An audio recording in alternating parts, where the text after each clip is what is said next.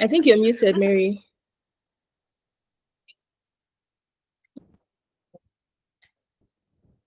Let me send her a message.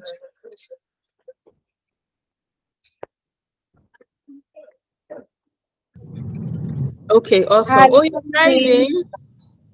Yes, I am. Lagos traffic. Oh wow, this is giving New York. It's giving New York. We're all busy and we're all on the road because China It's called says life. it's called life. No, It's but called life. Lagos life is tougher. I won't even lie. I've reconsidered relocating so many times this week. You have no idea. This week alone, I've reconsidered relocating like 5 times. Lagos is stressful. But hello, May I everyone. be your partner? We can do I it know, together. right? We're pushing it. I'm tired, Sha, but I don't know how much longer I can push. I feel like I'm at my wit's end, but it's all right. No, you can go more. We'll overcome, Mary. We will. But I hope you can hear us. Yes, thank you. Awesome.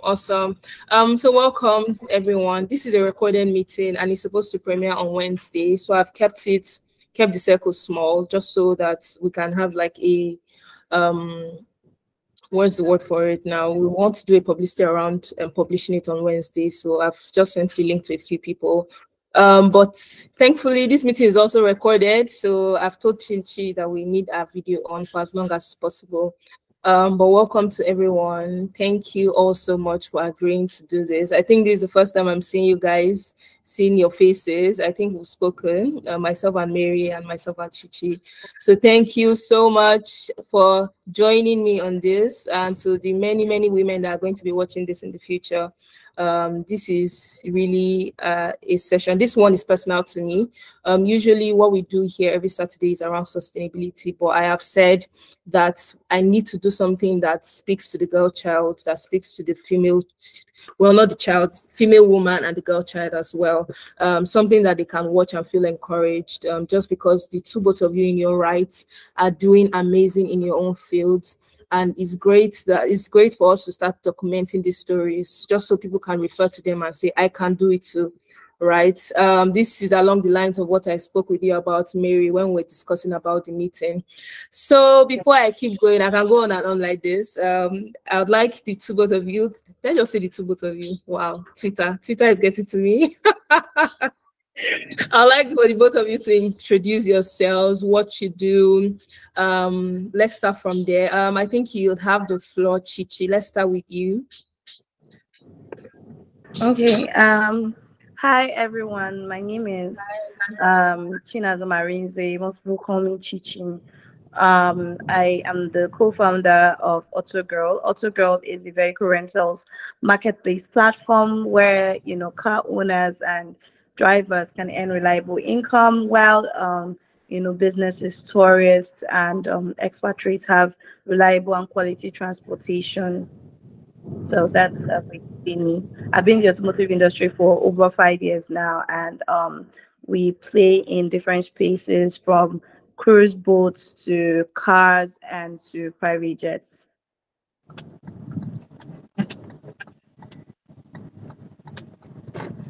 Yeah, you're muted. Okay, so you said cruise boats, cars, private jets, and all of that. There's a lot to unpack there. I'm excited about what you do, Chichi, and we'll unpack that little by little. But before we go on to the other questions, Mary, you have the floor. I know you're an airline pilot, but what more is there to what you do? That's just it. Good evening, everyone. My name is Mary, and I work in Lagos, Nigeria for a local operator. We do mainly corporate flights for companies and individuals who like to travel in groups. So it's as simple as that. And I'm happy to be here. Nothing simple about that.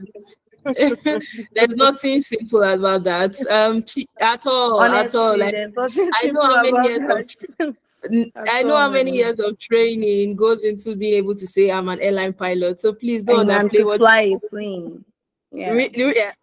Exactly. Chichi is in the industry, so she knows exactly what she's talking about. But Chichi, how did you find that this was what you wanted to do? I can't even, like, it's not when you hear girls discuss growing up, what do you want to be? Okay, I want to probably be an accountant, I want to be a lawyer. How did you arrive at being the CEO of Autogirl? Where did the inspiration for Autogirl come from? Okay, well, so I've wanted to be so many different things. I wanted to be a banker, a travel blogger, then yeah, before I finally settled with this. And I think I'm also of course a lawyer before I finally settled with this. But I think I'm also going to have to go through the phases of being all of these different things at different stages in my life. But right now at the stage I'm in, I'm in the automotive industry, and basically it started for my love for cars. I basically started with selling cars in a car dealership, and then the idea of having to make it rentals, I felt like I could make more money renting vehicles. And then we started with cars, and we saw progress, we saw profits, and then we went on to onboard boat partners. That's people that had owned boats. We onboarded them on our platform so that they give us their boats to rent whenever we had customers, and they make money and we also make money. And then we did that too, and that was successful. And then before you knew, we brought in some jet partners too, people that had jets, that some of our VIPs for that want to rent cars also need jets to go to maybe Abuja, go to Lagos, and we got partners for that too. And that's basically it. So I think it's all started from my love for cars, and then went to my journey through trying to sell vehicles and then transitioning to rentals. And yeah, that's basically how I got here. I get excited when I hear, well, I don't know if excited is the word, when I hear people say they didn't just jump on their passion. Because like you did, from going from being banking to travel blogging, if I tell you my career journey, all of you just drop the mic and be like, how are you doing what you do? So I studied engineering in school. When I came out, my dad, because he's a chartered accountant and he was an accounting firm, he said, go and study accounting. I went and studied accounting. I practiced with accounting for 3-4 years, and then I got into sustainability reporting. Just, in fact, at some point I wanted to be a tailor. I don't know what was up with that, but I wanted to be a tailor at some point. I wanted to be a fashion designer. So I get excited when I hear that the journey has not been smooth for some people as well. Because for people that may listen to this in the future, in case you're at that point where you're transitioning and you feel like you've not found that thing that's stuck yet, keep trying. Eventually something will stick, right? So Mary, over to you. How did you know that this was what you wanted to do? Because airline pilot, how did you happen upon this? Well, first off, it's a job just like a doctor, a banker, or anyone else who goes to their work and come back. Well, for me, growing up, I didn't like the human-related sciences, so I knew I wouldn't be a doctor. I knew I wouldn't be a nurse or anything close to that because I'm terrified of human fluid or blood.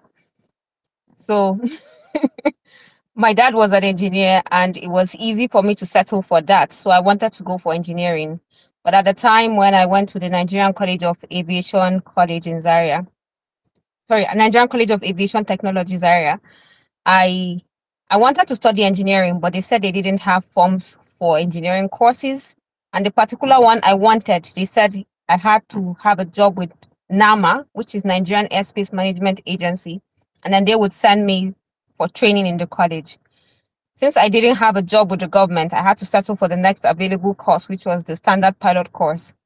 And I always knew that whatever it is that is in front of you, if you're determined, you can get it done. So when they asked me, are you sure you can do this? Why not? It's just like any other course, right? So I went and we did the ground school first, wrote our license exam, and there we were 3 years, and we had our commercial pilot license. After which I came out to the industry, got my first job in Abuja, did that for 3 years, moved to Lagos for my second job. I was there for a year, and I figured the environment wasn't quite what I expected. And I'm now on my third job. So this is a journey of 11 years in total. Wow. After school, yeah. Spent 3 years in school, and it's been 11 years now after school. So 3 years in school plus 11 years. So you've been on this journey for, say, 14 years. Yes. Wow, wow. In fact, at this point, yeah, Abba Adubo. So for you, like so far for the last 11 years, what has been the challenge for you in the industry that you can say, this is what I've noticed? Before we even get into the gender stuff, what can you say about the industry personally that has been challenging for you adapting? Hmm. So the journey um is not a straight path for anyone. Your journey would be unique to you for different reasons. Like Titi mentioned, she has special clients who go for business jets. So there are different career paths for pilots. You can choose to be a private jet or business jet pilot. You can choose the regular airline route or do corporate like I do for the company I work with. Some even fly for government like the police. I had classmates who joined, we graduated about the same time, we're in the same course, and they joined the Nigerian police force, flying for the police. Others joined the Air Force, and they are still flying for the Air Force right now, and they've grown through the ranks in the Air Force. So with that, you can't say there's a set path for you as a pilot. You have to decide for yourself which route you want to go, and then invest yourself in it.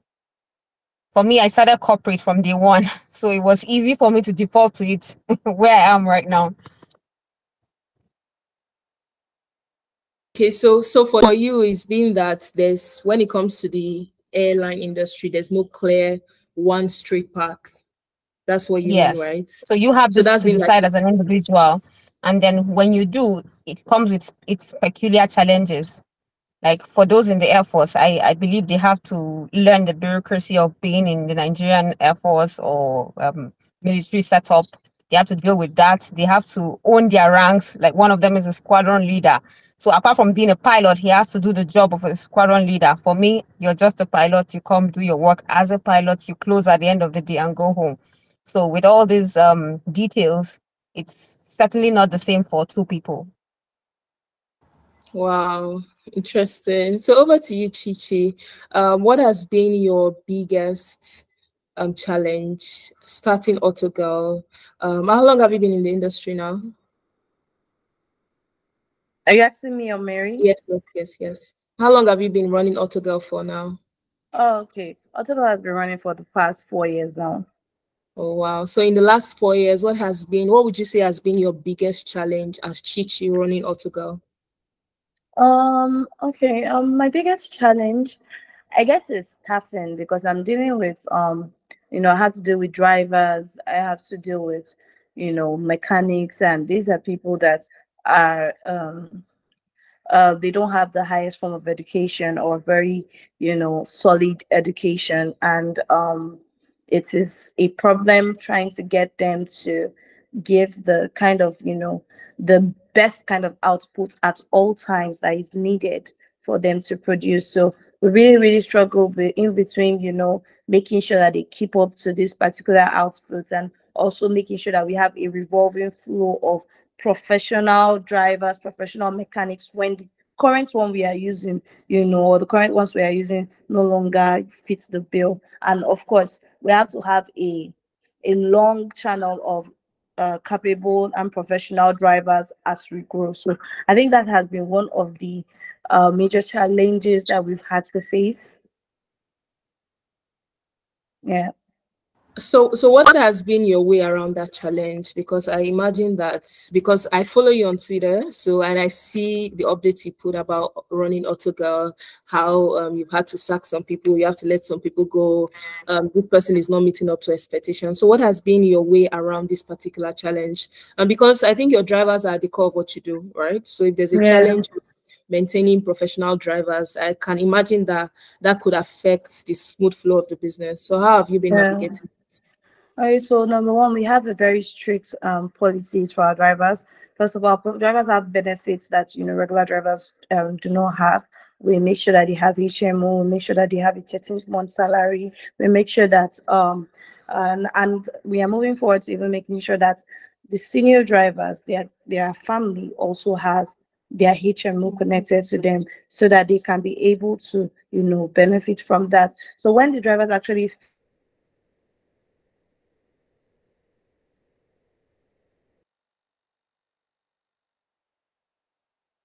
kind of connection to the job and know that the job is more valuable than just their salary, then they will actually behave better. Then, of course, we have strict rules and strict fines for doing whatever you do. So if there's a rule against lateness, once you are accorded a lateness, you already know that this is the fine that is apportioned to it. So that has been able to curb a lot of the excesses. But some things like, oh, a driver just waking up and deciding they can resign because they've gotten a job, those still come up. But of course, a bit of people with higher education would be like, okay, I know I need to give a notice, we'll give a notice and all of that. But with this kind of people, we still have those issues when they feel like, oh, they've seen something better or they want to pursue another career. But honestly, the major thing is they have been given benefits that actually make them want to stay. They've also been given strict and clear defined rules that they have to follow, and they also know, okay, when you follow this is what can happen for you. Of course, we have the driver of the month initiative where we give the best driver an additional stipend. It's actually 25K monthly for the stipend, but that's in addition to their salary that's already above market standard. And of course that makes them all strive to, okay, let me sit up so that I can see if I can win this extra and add it to my bills and all those kind of things. So that's all we've been able to do. Moving forward, we plan to build a driver agency or driver academy where we're actually going to be training in these drivers, training them, and actually putting them through our system. So yeah, that's currently what we have done to help us with that issue. Amazing. Like I know that there has to be someone advising you, because this is so smart. What you guys are doing with these drivers is actually so smart, because from an employee's perspective as well, because I work for someone, and people work for me as well. I know that what keeps me in the job is not necessarily because my employer wants me on the job, it's because he pays me to stay on the job, right? So what you guys are doing by making sure that these drivers are incentivized enough to stay for themselves, not necessarily for Autogirl, is really smart. Is really, really smart. So well done, Chichi. So I'm coming to you now, Mary. Have you ever, now we are getting into the serious stuff, right? Can you hear me? Okay, awesome. Because you're muted. Okay, I can hear you. Awesome. So have you ever, in the last 11 years, I'm actually still surprised at the fact that you've been doing this for 11 years. So well done. So in the last 11 years, have you ever encountered anything in the industry that made you think or feel that the playing ground is not level for both genders? How do I mean? I'm speaking about gender bias now. Have you ever experienced anything in your 11 years in the industry that made you think, okay, this is not favorable for a woman. A woman cannot do this. A woman cannot thrive here? That didn't come from me, because so far, maybe I should call it some divine favor, because right from training school, I had one of the best instructors in the class, and I had a very smooth training period where people would complain about their instructors being irrational with their feedback. I had the most kind man who would say, after talking, he says, cool. I don't know if you can relate to that. It's just like someone who pampers a child. So that was my start. That was the beginning of my journey. And then coming into the industry, I was the only lady back then in Abuja, in the company I worked with. And they were very supportive.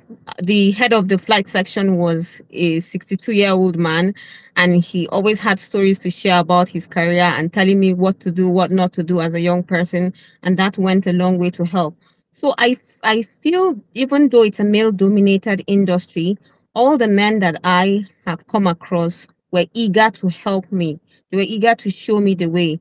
However, there are gender biases which you can't take away.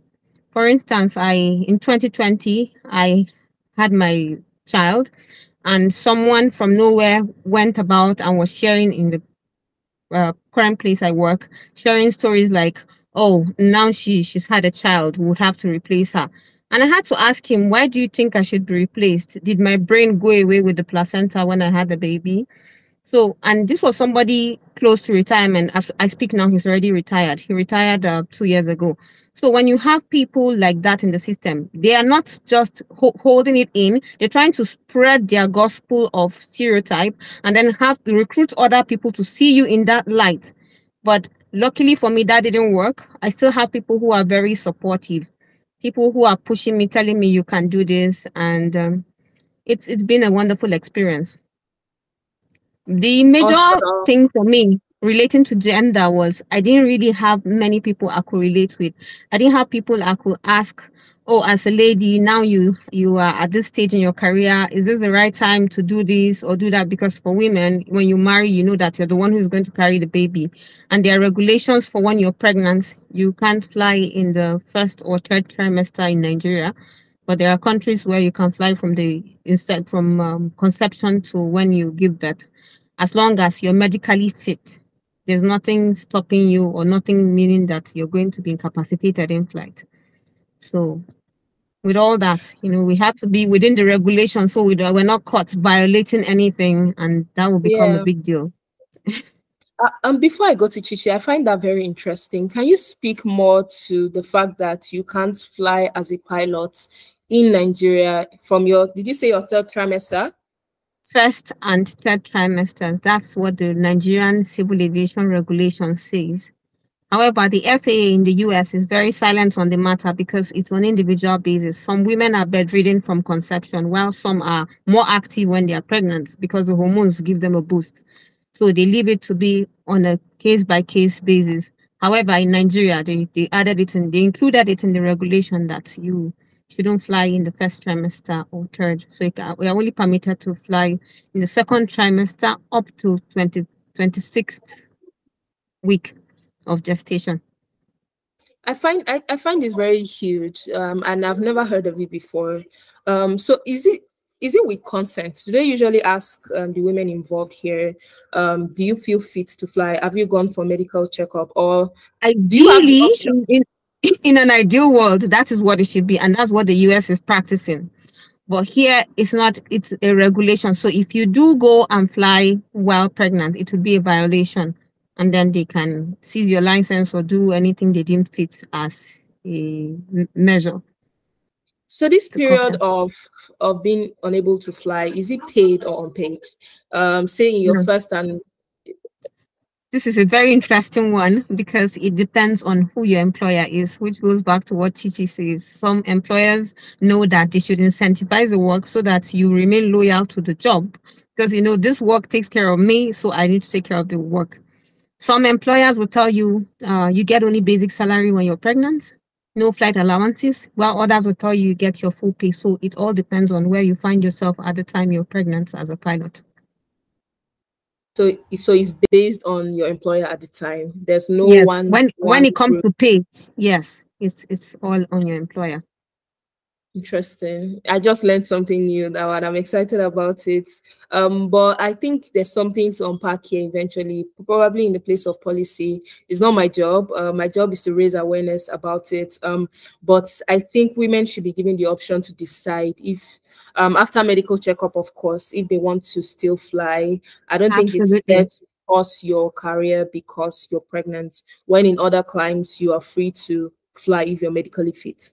So this is an issue that I think needs to be taken up eventually, right? So I hope that gets done. Maybe we'll count on you to help us push on that.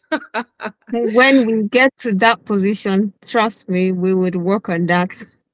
Awesome. Because as a woman now, it then means I have to plan extra when it comes to childbearing and planning before I can go ahead with giving birth. It shouldn't be so, really.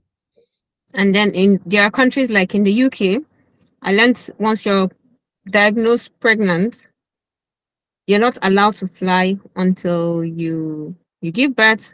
And even after giving birth, you're off work for a period of 6 months with full pay. So in their environment, they have the policy that allows you to get paid while pregnant and even after giving birth up to a period of 6 months. Then if you wish to stay with your child for longer, you can opt for some reduced pay or leave without pay. So that would be your choice after the stipulated 6 months. So you see, that way it gives women the option to stay because you know that it doesn't affect your remuneration at the end of the day, which is what we don't have here. And that's why employers Right. take it into their own hands to decide what they want. To decide what they want to do, and which is not supposed to be so. Really, I've picked two things. NEPA. I've picked two things from what you've said today. The first one that I found very interesting was the fact that you said you were the only person, the only female in your last place of employment, and The then first one. the first female. Okay, after you, other females have come up, right? What would you say is the balance now? Now that you're away, what would you say is the balance? Are there more women coming up to your position, or is it the same as you left? So for me in the industry, I didn't get to meet a lot of ladies. So in my class, we were 7 ladies in the class. How And many when were I, in class? 7 of us, 7 ladies. Okay, out And then of after the total I number of people in the graduated, class.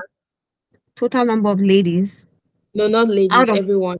42, 7 out of Wow, 42. wow, wow. So coming out in the industry, I got to meet so many other women who had gone very far in their careers. Some of them retired as we speak. And I was able to gain a lot from them, speaking with them, interacting with them. And we formed like a community of female pilots in Nigeria, where we discuss stuff that relate to us. And the senior Right. ones have been very resourceful, sharing their personal experiences and sharing things that they have benefited from for our own benefit. Interesting. Oh, I have one more question to ask on that, but I'll get to it after I speak with Chichi on this. Chichi, are you with us? Awesome. So I was thinking in the entire time you were speaking with us about having to work with men, mechanics, drivers, which I believe are mostly men, right? What was coming to mind was about respect issue as we have it in Africa. So have you ever dealt with a situation where you felt less respected because you were a female running the business? Yes, I have, but I don't think we can hear you. I think something has yeah, I changed. can hear you. I said yes, I have, but I believe that right now I no longer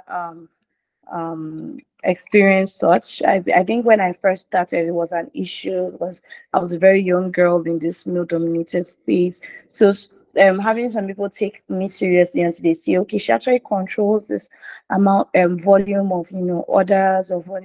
When they see the now, like, oh, okay, I should. So, but it hasn't been so bad. I can just maybe remember one or two few occasions, but generally,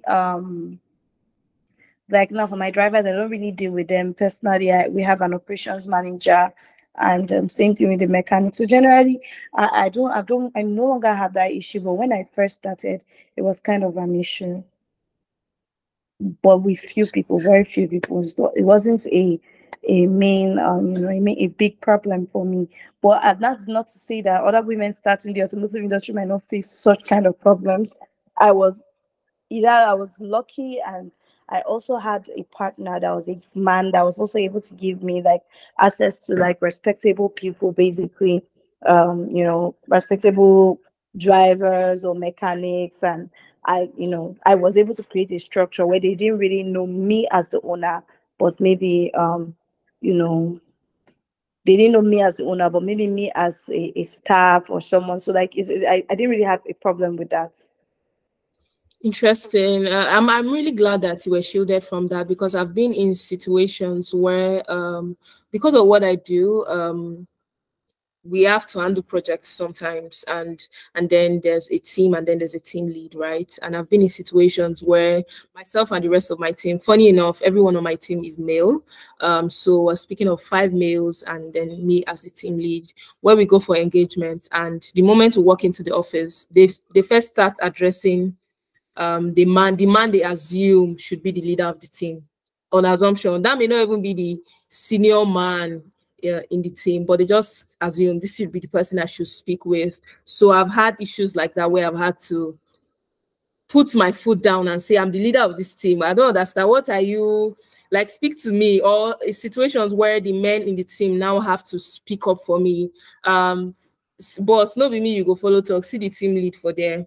So like I've had issues in my career where I've had to say, okay, please, let's drop your misogyny by the door. This is professional space and it should be treated as such.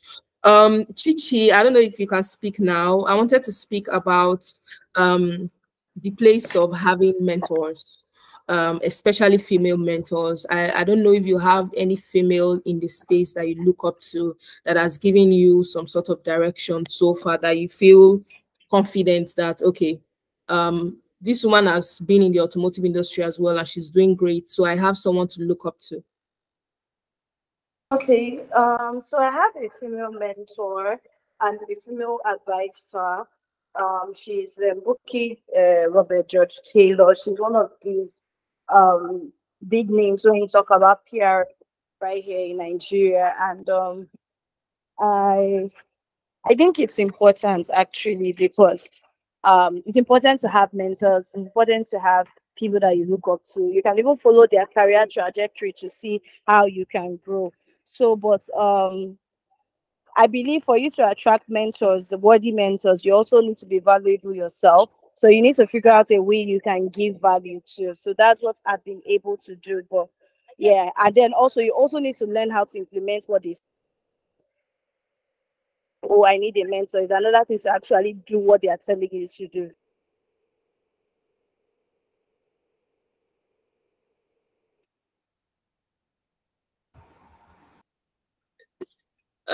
Just to be sure, did you finish that line of thought? Yes, I did. So sorry, where did you stop hearing me from? To be able to do what they say you should do, right? I think that was the last thing you said. And that's actually a very important point, right? Because someone approached me recently and said she wanted to get into the sustainability space. And then she was all chummy. Please, I need you to show me the ropes on how I can, what exams should I take? And I want to be joining the program and be learning one or two things. I think from that conversation we had that day, that was the last I heard of her. And mentorship doesn't work like that, to be honest. And I like what you said, because I'm also going to take it as a lesson. Being somebody worthy of great mentors is also is a huge thing, because when people talk about mentorship, they're talking about what the other person can do for me, but what can you also bring to the table, which is very important. Well done, Chichi. Mrs. Mary, back to you. I think we're back to you now. What do you think the industry can do to make it more attractive to females, for females to join in? What can the industry do? I want to believe they are doing something already, but what can they do better? If you can enlighten us on what they are doing already and then tell us what they can do better, that would be awesome. Thank you very much. As it is, the industry is, I would say it has a fair ground for both genders. It's just the policies is where they need to work on so that it will be inclusive of women. Like we mentioned earlier about salaries, when you have to go out, when you're pregnant. So those are the places where it's peculiar to women. But when as far as work goes, the professional environment, the professional work, the qualifications, it's standard for everyone. And I believe that is good, where you don't have to say, oh, because they are women, then they should do this, or because they are men, they should do more. So there's a common standard for everyone. For instance, for the exams, 75% is the pass mark. It doesn't matter if you're male or female, you score is 74, it's a fail. So those are the standardizations that help in the industry and make for a common ground for both genders. And to me, it's a good thing, because when you accomplish stuff, you know that you have merited everything. It's purely meritorious. There's no favors in the industry. Everything is standardized. And the policy is the only place where personally I feel we can do better, to include women, because for the longest time it's been okay for men, but now that we have more women, we will benefit if the industry creates more space for us in terms of our peculiarities, which is childbirth, since men don't ever experience that. They have no idea what it means to be pregnant or have a baby. Right. Exactly. I think it points back to what we were saying earlier about the policies being more inclusive and respecting the uniqueness of the female gender, right? But do you oh, someone just said men now birth children. Femi, please. I didn't I'm see on my that new coming. They would have to be trans men or trans women. I don't well, oh my god, the African in me is screaming. The African in me is screaming. But let me not go there. Let me not go there. Mary, do you feel like issues around equal pay comes up sometimes? Do you feel you are adequately remunerated for what you do, equally as a man in your level? And I'll speak strictly for the aviation industry. I know it to be it's standard pay for all because you have to have your license that qualifies you as a pilot. So at the point of employment, it's not gender specific. You are a pilot and you're employed on that scale and you get paid based on the pay grade for your qualification. If you are ab initio, that's fresh from school, you have the pay scale. If you are experienced, if you're a captain, there's just a pay scale for everyone. And I've not heard of women having to take less pay just for being women in aviation industry. However, I've read of it happening to women in different industries and in different places. But in aviation, it's highly standardized. That's great. Maybe I should go and look for people that actually experience these things, right? Because I've heard crazy stories. To be honest, I've heard. In fact, where I used to work, I prefer not to mention. Because we're accountants. Funny enough, there are more women in finance than men, right? So a lot of us. In fact, it was just one man in the team. It was a team of 6, 5 women and 1 man.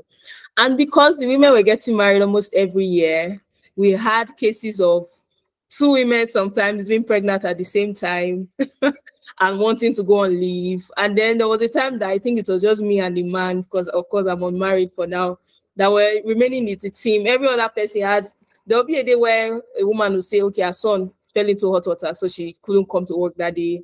Or one will say she's having cramps, one will say she's the baby is kicking and she's having early, what do they call itself? She's having that first trimester, right? So we've had cases where my employer will just come into the finance office and be like, all the women are not around. I think we should employ more men. What do you feel about that? Do you think there are ways women can come around these things to be more efficient in the way they do their jobs? That it doesn't have to be okay. Because I'm a woman, I can't perform the way a man should perform? Or do we have rights to say our biology prevents us from being as efficient as men are, especially every day of the month? We can't show up the same way men show up every day because of the peculiarities of how we are built. What do you have to say about that, Mary? Thank you. So for the job, it requires skill, knowledge, and the right attitude. So you have to have the technical knowledge, you have to have the skill, that's the ability to use your everything you have, your hands, your feet, and your eyes, everything in coordination to do the job. And you have to have the right attitude because it's a service industry where you have to treat the clients well. Otherwise, your employer will have to change you no matter how good you are, because the clients are the ones paying to keep him in business. So if you're not treating the business well or treating the clients well, it's going to have a ripple effect down to the business. So where it's not about physical strength, you can't authoritatively say that men are stronger, so therefore they should be the ones in charge in this industry of ours. However, there are jobs that require physical strength, and studies have shown that the bones in a woman's body start to degenerate by age 30, while those for men start degenerating at age 60 and above. So based on biology, men are physically stronger, they have more strength. So if the job requires more strength, naturally you would opt for men. But where it doesn't require that physical strength or exertion, I think everyone should be given a fair opportunity. And as for the example you set with the employer making a joke about hiring more men than women, I think it boils down to individual choices and, what should I say, family planning. So people can decide this is how I want my life to be, and you plan well ahead. You shouldn't, you don't want, well, some people choose to have children every other year. It's their personal choice. No one can judge them for that. But you should know where it impacts your productivity at work, because you're being paid to deliver. So you should balance that. Work-life balance is the key.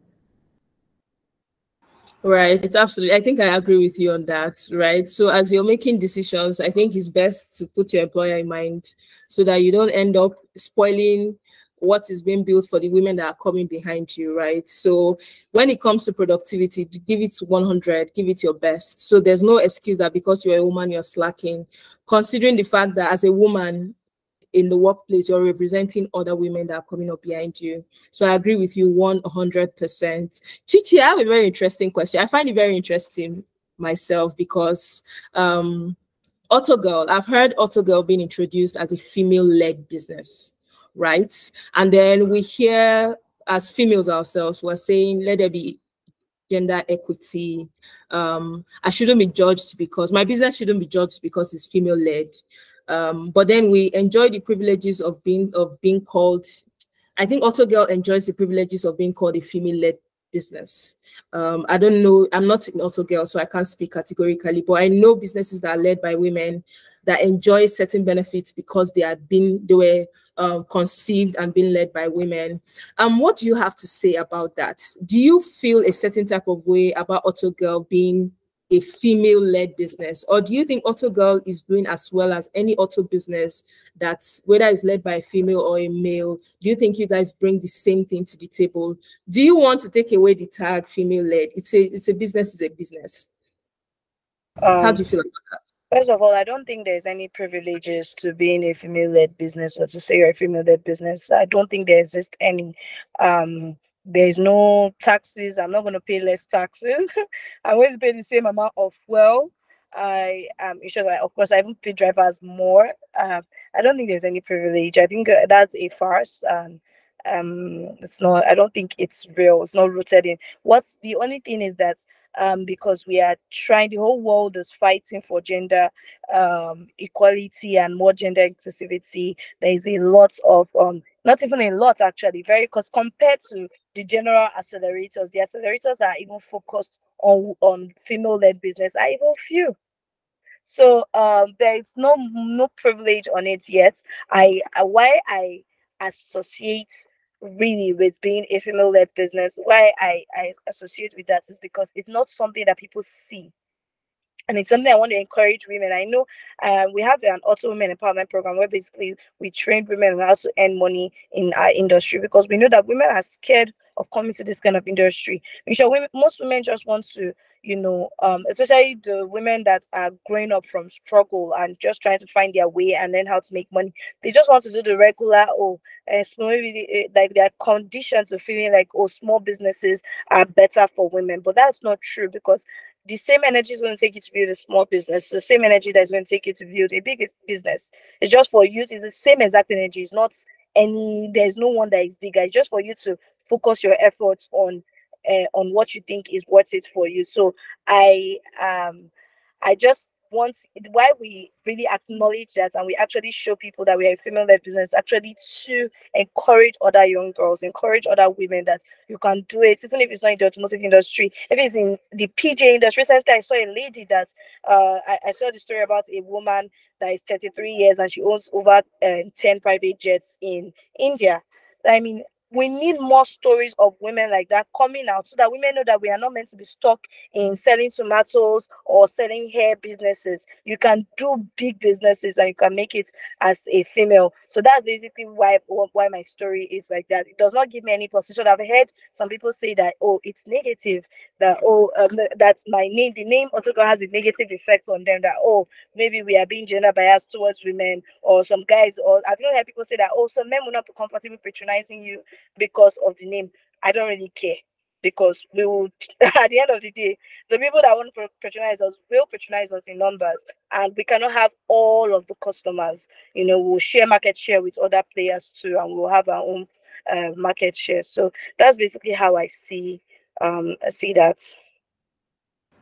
I really like where your head is at on this, because like we started the meeting saying that we need more girls to know that they can play in any industry they want to, really, as long as you have the mind to do that and you have a passion for it. But do you feel like you have a point to prove, Chichi, from running this business? It needs to work because there's a lot at stake. Do you feel like you have a point to prove? Honestly, the major person I'm proving a point to is myself, because if it doesn't work, it's me that is going to really hurt.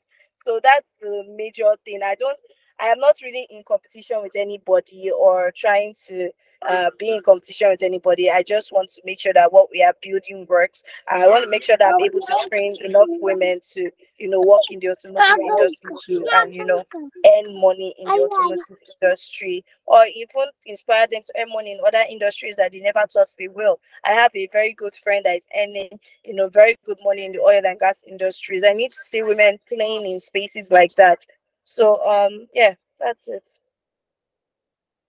So I don't really have a point to prove. I just know that personally for myself, it has to work, for my purpose, for the fact that I want to really encourage ladies. I don't want to be the story where they will look back at themselves and say, and the shade said that women should go after the big things. See this one, she tried to go after it and it didn't work. But I'd never think from that perspective, because I always feel like whatever I'm going to do is going to work out, so far I put in enough amounts of work. And that's the kind of audacity women should have, because if you meet men have serious audacity.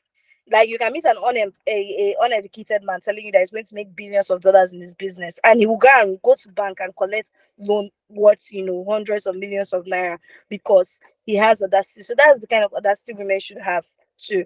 Nobody actually just goes up and feel that, oh, they can do everything. There will be moments of doubt, but just tell yourself you can do it, and just do what you need to do, and leave the rest for God. I agree. I absolutely agree. And audacity is not a thing of strength, it's a thing of will, right? You not say because I'm a woman, I am lacking at audacity. It's something that you can work your will up to that point. I like what your head is at, Chichi, and no wonder Autogirl is going as far as it's going, because your head is really at the right place. Well done, well done, well done. Mary, I think I have a question for you. A question came to mind earlier for Chichi, but I'll go with Mary first. What do you think I have two questions actually. Do you feel your makeup as a woman has impeded your growth in the industry? Do you feel you've had to make certain sacrifices as a woman? I know you have a child or two. An only child. Okay, you have a child, and I don't know, hopefully you may be planning to have one more. Do you feel like it has An reduced only child. You have just one child? Yeah. You don't want to have another one? Great, no problem. Well, let's assume that you were okay. Of course, you had gone through the process with your first child. Do you feel like it took something from you in your career? Because I know women that say you must trade one for the other. You can't particularly have the both of them. That's because you don't just give birth to a child and throw them away. There's the first 9 months of cooking them. Then there's the next 5 years. Your life is basically not your own, because children are on a death mission. They are looking for the new ways to die. So you have to be on their case every minute, every hour. Like we spoke earlier before the meeting started, and you were telling me about how you needed to do this, you needed to do that. Do you feel like being a woman has taken something from you, especially in your ability to reach for all your goals and all your dreams, the dreams that you have in the industry you're playing at? Oh no, it hasn't taken anything. And Instead, it has opened my eyes to see other things I am capable of doing. Before I had my baby, I used to think I I can't do without a certain number of hours of sleep a day. But now I've realized I can go with half of that and I'll still function properly, because it's either the child is keeping you awake at night or you have to stay awake to catch up on other things so you can function on less sleep. Well, but that shouldn't be sustained because then you have fatigue setting in. So I try to sleep during the day so that I get adequate rest. Having a baby comes, or having a child comes with its own challenges, but I don't feel that has taken away anything career wise from me, because you are aware. You know that it's going to take me so number of time before I come back.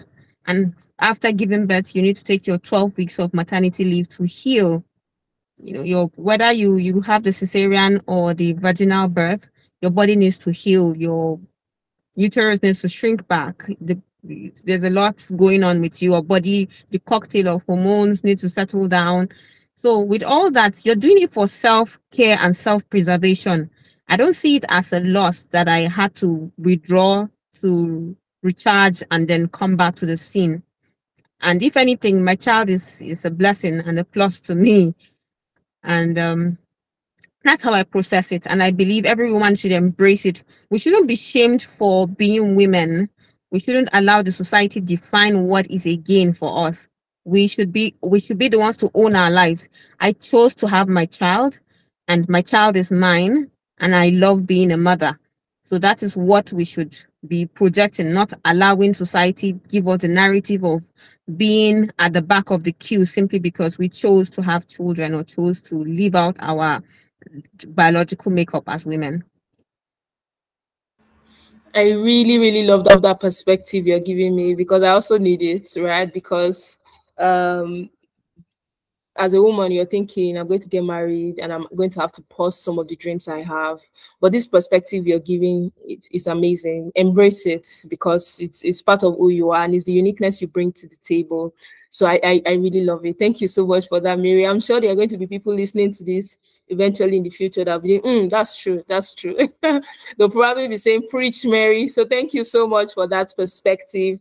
Chichi, you were saying something earlier that I caught onto, and I need you to expand more on it. You were saying how Autogirl was contributing, I think you said through trainings for women to get into this space. So I need you to elaborate on that. What is Autogirl, or you as a person, as a woman doing great, like doing something really great in the automotive industry? What are you doing to create space for women to come in as well? After Chichi is done answering, you go on that same question, Mary. Okay, Over to so you. all right, great. So basically, we have what we call the Auto Women Empowerment Program, and basically, what we do with that is we have women that we train on how to, you know, have digital marketing skills for them to digitally sell automotive products. Either it's products for sale, that's cars for sale, or products for rent. So we'll teach them how to grow a brand and how to sell automotive products. Then we also have women that, pardon me.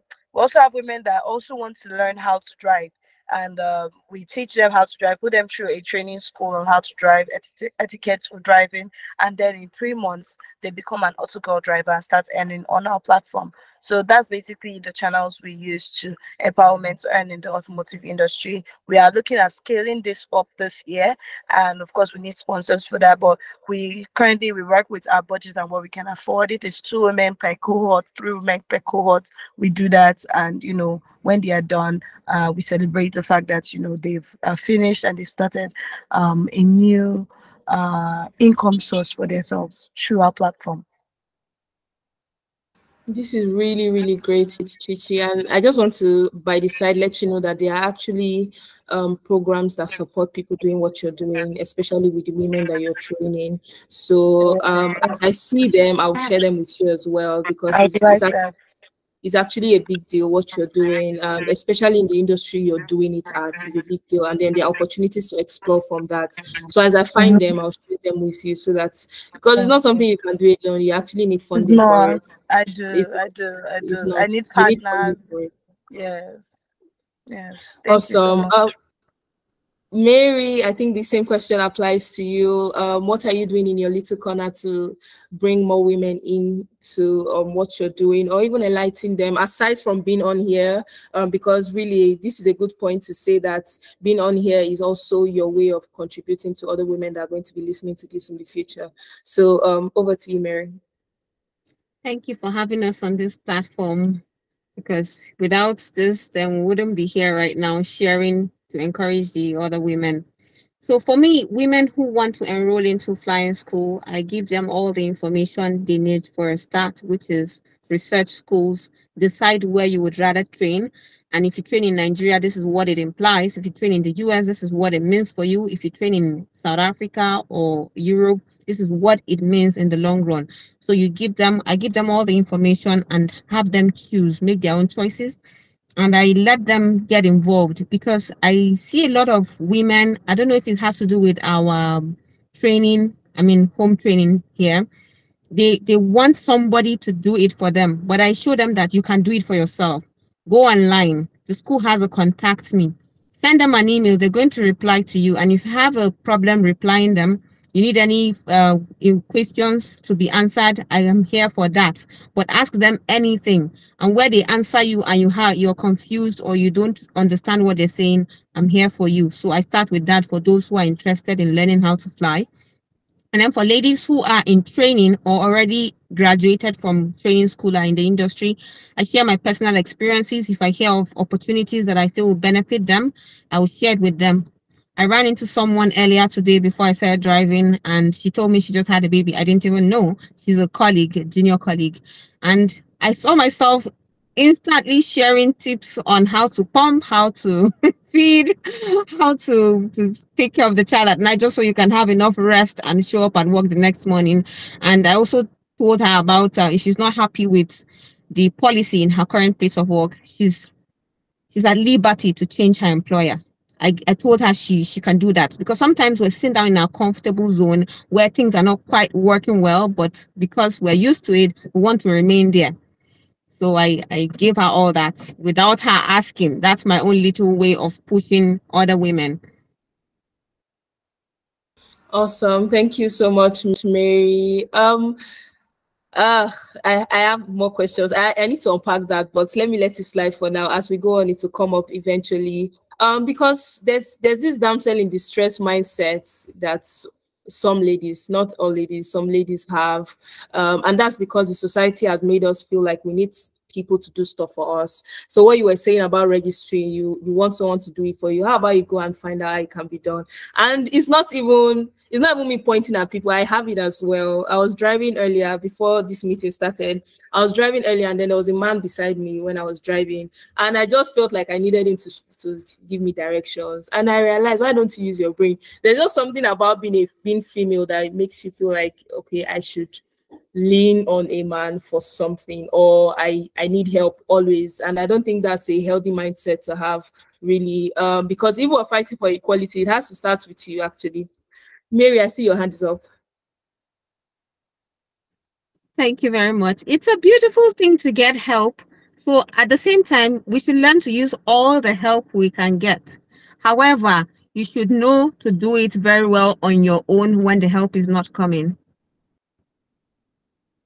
For example, now I do not know the first thing about changing a tire, and I drive. I drive day and night. Imagine being stuck on a bridge and your tire is bad and you don't know the first thing to do about it. So these are the issues. I think I need to go. I need to go and watch more YouTube videos and get enlightened myself, because we're talking about other women, and then here I am being deficient in life skills that I really should have. So thank you for that, Mary. You can chip in anytime you want to. Chichi, what do you feel like is the biggest win for you so far since starting Autogirl? What's been that moment where you felt like, oh my God, this is definitely worth it and I should push more for this?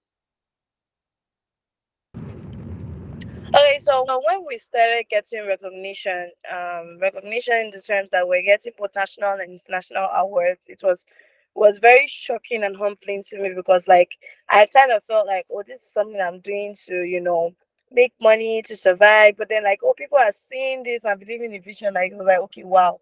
So that was the first point that it became really interesting. And also when we won our first grants, it's just, it's kind of like let me know that okay, this is viable, this sustainable, and people could invest in it. It's something that could grow to be, a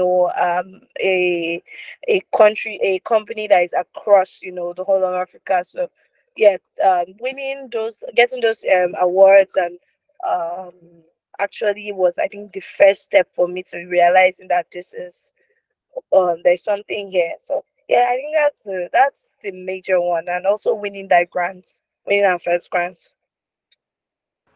Awesome. Well done, Chichi. Winning any grant is not easy at all. So that's a huge one, really. And I really hope that you're proud of that.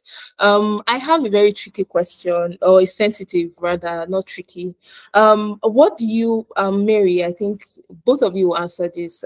As women, I think every woman has experienced this at some point or the other.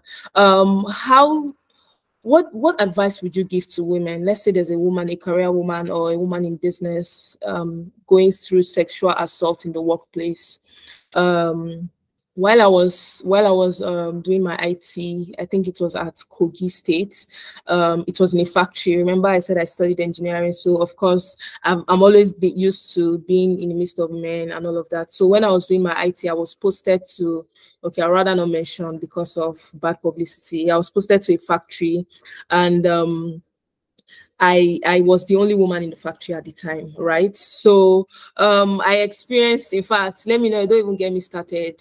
I didn't finish my IT because the cases of sexual assault were too frequent and I just didn't know how to handle it. I just woke up one day, I was in 300 level at the time, mind you. I just woke up one day and I called my dad and I'm like, I'm not finishing this IT, I'm coming back home because I just can't deal anymore. It's too much. So what advice, say you were in my life at the time, or I had the opportunity to sit with you, 300 level Agatha, to have this conversation about sexual assault in the workplace, what advice would you give to a woman experiencing this? Mary, you have the floor. I just read Chichi said she has her schedule and she would go. So I think she should go first and I would go after that. Okay. Chichi, did you get that question or do you want to go first? Okay, so it is a very technical situation, and I thank God I have not been in a position where I had such situations. But I believe the right thing to do is report to your HR. I know women are very scared with hurting people's feelings. Women are scared about hurting people's feelings, or even getting people into trouble in quotes. But I believe the first things first is you first, your safety first. So when that happens, report to your HR. Family tell the person that it's in that is doing that, oh, you're not comfortable with that and it shouldn't really happen again. So that's personally ideally what I would do. I know a lot of companies, some companies that will have that issue, they will have some company politics and stuff like that, that might even hamper or deter the woman from actually reporting. But I think first of all, just do your best, try reports first. I don't think an organization like that would maybe get you into trouble for reporting about something that's harmful is even good for you. So if you have to leave such an organization, another one would come. So, but yeah, the first is your safety. Report to HR, and then yeah, that's it for me. That's what I would do. Thank you so much for that, Chichichi. Mary, please you can feel free to drop off. But before you drop off, let us know so that you can give your final thoughts on the session so far. Over to you, Mary. For the case of sexual harassment in the workplace, it is frowned upon in my environment and it's taken seriously. For instance, my current place of work, we do take courses on that, and everyone knows the implication of sexual harassment, be it male to female or female to male. It's something that is unacceptable in our work environment, and there's that common understanding. Personally, before now or in the recent past, I have not experienced that because even among my friends, I was a late bloomer. So even when we're working and guys want to talk to people, it will be my friends and not me. So I was that person that was always shielded. And then until I found myself, being an adult and working and being on my own, I've not had a personal experience. However, I believe stating no for what it's worth is the first step. You make them understand it's a no for you. And then second step, or next to the first step, so it should be the two first steps. You say no and then report it immediately. I believe reporting should work. And if you feel you're not getting the desired effects from reporting, report to the next lineup and the next lineup. And HR should be aware, like Chichi mentioned. You know how we're told sin only dominates in secrecy. Once it's exposed, you name and shame whoever is the perpetrator, then they would know to back down and leave you alone. And if the environment supports that kind of behavior, then it's not a healthy environment for anyone. The environment doesn't deserve any woman. Absolutely, I agree. I think that should be the last course of action. If having done all you can and the environment does not frown upon it strongly, the right thing to do for your mental health and then for your career projection as well is to leave that environment. Thank you so much for that, Mary. Just as a way to conclude, I would ask you the same question I asked Chichi about your biggest highlights so far in the past 11 years being an airline pilot. What has been your biggest highlight? What moment did you realize, okay, I'm in the right place and I'm doing the right thing?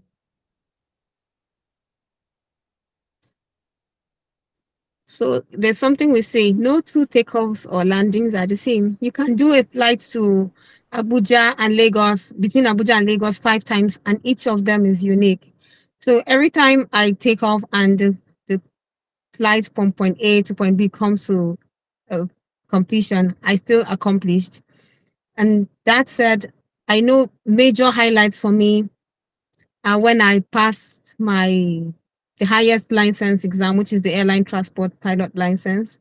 As soon as I got that done, I knew there would be no more exams in the sense of pilot certification for me. So that was a big one for me, and I celebrated myself for achieving it. Awesome. I just want to add while we're on this call that Mary, you're a very, very strong woman. It oozes off in the way you speak, the way you chat, your disposition to life. I really hope people tell you that and you know that you carry yourself very gracefully and your strength oozes out, which is an amazing thing. And that will be an amazing model for the people around you, the young girls that watch you every day. So well done, well done, well done. As a way to wrap this up, what final words and encouragement would you give to young ladies looking to enter into an industry that they probably have not seen anyone do it before, or there are not so many mentors to look up to in that industry, or even trying anything that you feel like, oh, because I'm a woman I may be disadvantaged? What advice would you give? For me, speaking to any woman at any stage in her life, decide as soon as you can what you want to do and give it everything. And I can assure you, you would have remarkable success. Because she mentioned earlier that men are audacious. They have the audacity to try. And most of us women, maybe it's from the training we got, we second guess ourselves. We are fond of having the imposter syndrome. Who am I to have this? But who are you not to? Who are you not to be Mrs. President? Who are you not to be the top business person in your space? So with that mindset, if you decide, so don't waste your time thinking about it too much. Go for it. This is what I want. Go for it. It's one of two things. It's either you smash it or you learn a lesson of what not to do next time. So it can't be worse than this too. And with that mindset, I believe any woman can achieve anything. You can be anything you want to be in this life. We're not disadvantaged. I love it. I love it so much. Thank you so much for that closing thoughts, Mary. Chichi, are you available to speak now to this? What advice or encouragement would you give to any female trying something new in any space? How would you encourage her?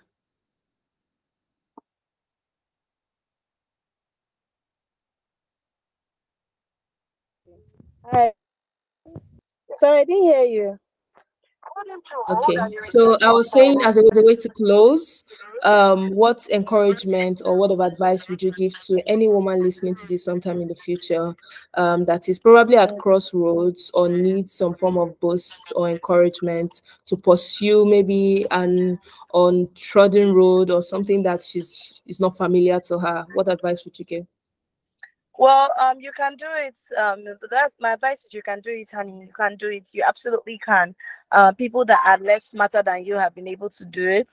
People that are less skilled than you have been able to do it. So you can absolutely do it. Everybody has periods of doubt, but by the time you get through your period of doubt and you tell yourself that, okay, I'm not sure I can do it, but I'll just try either ways. You try, you keep on trying consistently. Eventually, you're going to get there. And then another most important thing is that consistency is the rule of the game. If you start and you stop halfway, you're not going to get it. But you start, you keep on going, and you keep on going, and you keep on going. You before you know it, by the time you see your 5 years outlook, you see that you've actually grown little by little. So yeah, that is my advice for ladies. Just be consistent, and you're going to get there. Thank you so much, Chichi. Thank you, everyone. Thank you, Mary, for deciding to do this. I know all of us are busy, right? Chichi has literally done this interview on the road, and then you're also in your car, Mary, trying to see that network doesn't disturb. And by the way, the network wasn't an issue. I don't know, what did you do about it? You're muted.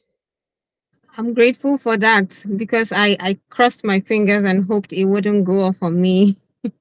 Yeah, awesome. Thank you so much for this sacrifice. I really, really appreciate it, Mary. My regards to your child. Is he a male or a female child? She's a girl. Thank you. Oh, awesome. In line with what we're talking about. I'm sure she's in really safe hands because you're a really Thank strong you. woman. And I'm sure Thank you so that you're much. passing that strength to her as well. So well done and thank you. Keep flying high because we really do need the encouragement.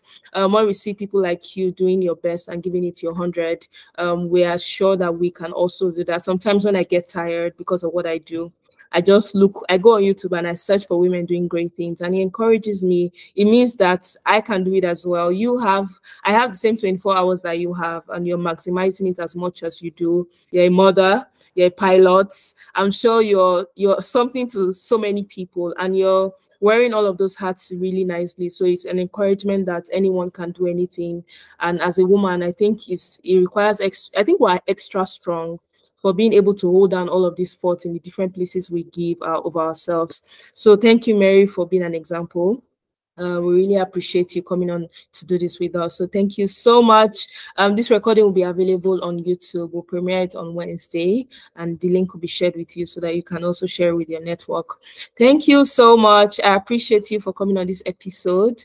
We'll speak again soon. All right. Thank you. Thank you so much for having me on this platform. It's been Awesome. refreshing listening to Chichi, by the way. She's a very innovative Yeah. woman. She's up there and her head is in the game. It's impressive to watch and very inspiring young woman. Her head is so in the game. I follow Chichi on Twitter and 24 out of 24 times she's talking about her business. I think she lives and breathes Autogirl. So, and that's really inspiring. It means that as a woman, a young woman at that, you can put your 100% into something and actually watch it blossom, which is amazing. It's an amazing inspiration. So thank you all for joining us. Have an amazing rest of the day and rest well. Thank you so much. Enjoy your weekend too. I will. We'll chat soon, Mary. Good night. All right. Bye. Good night. Bye.